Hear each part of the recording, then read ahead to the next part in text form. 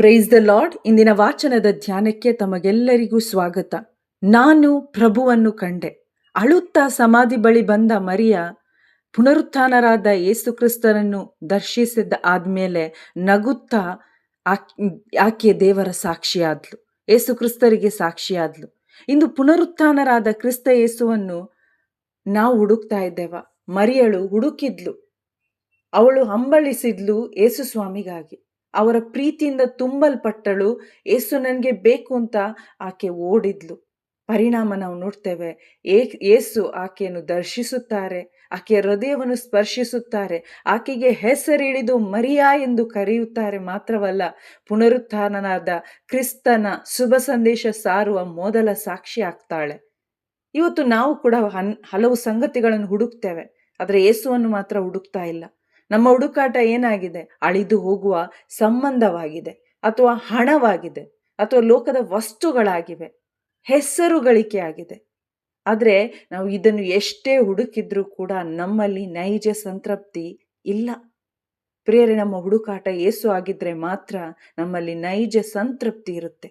ಆಗ ಅವರು ನಮ್ಮನ್ನು ದರ್ಶಿಸುತ್ತಾರೆ, ಸ್ಪರ್ಶಿಸುತ್ತಾರೆ, ನಮ್ಮನ್ನು ಹೆಸರಿಡಿದು ಕರೆಯುವ ಅನುಭವ ನಮಗಾಗುತ್ತೆ. ಮಾತ್ರವಲ್ಲ, ನಾವು ಆಶೀರ್ವಾದದ ಮಕ್ಕಳಾಗ್ತೇವೆ, ಶುಭ ಸಂದೇಶ ಸಾರುವ ಸಾಧನಗಳಾಗ್ತೇವೆ.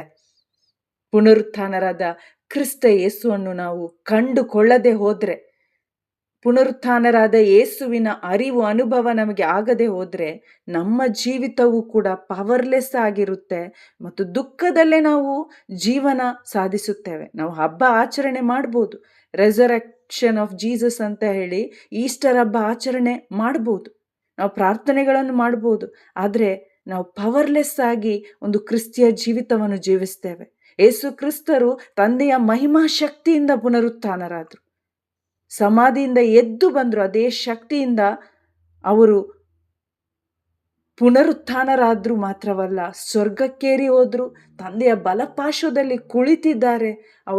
ಅವರಿಗೆ ಸರ್ವ ಅಧಿಕಾರ, ಆಧಿಪತ್ಯ, ಆಡಳಿತ ನಡೆಸುವ, ಸ್ವರ್ಗದಲ್ಲೂ ಭೂಮಿಯಲ್ಲೂ ಆಡಳಿತ ನಡೆಸುವ ಅಧಿಕಾರ ದೇವರು ಕೊಟ್ಟಿದ್ದಾರೆ.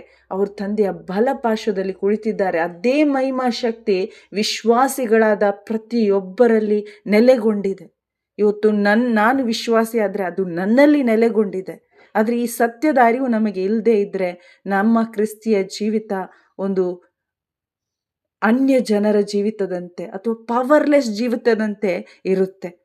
ಅಂದು ಈ ಶುಭ ಸಂದೇಶವನ್ನು ಪವಿತ್ರಾತ್ಮ ಭರಿತರಾಗಿ ಪೇತ್ರರು ಸಾರಿದಾಗ ಆ ಇಸ್ರಾಯೇಲ್ ಜನರು, ಸೋದರರೇ, ನಾವು ಮಾಡಬೇಕಾದುದು ಏನು ಎಂದು ಕೇಳಿದ್ರು. ಇವತ್ತು ನಾವು ಪ್ರಶ್ನಿಸಬೇಕು, ಹಾಗಾದರೆ ನನಗೆ ಈ ಪವರ್ ಬೇಕು, ನನಗೆ ಈ ಮಹಿಮಾ ಶಕ್ತಿಯ ಅನುಭವ ಬೇಕು, ನನಗೆ ಯೇಸು ಕ್ರಿಸ್ತರ ಅನುಭವ ಬೇಕು. ಹಾಗಾದರೆ ನಾವೇನು ಮಾಡಬೇಕು? ನಾವು ಹುಡುಕ್ಬೇಕು.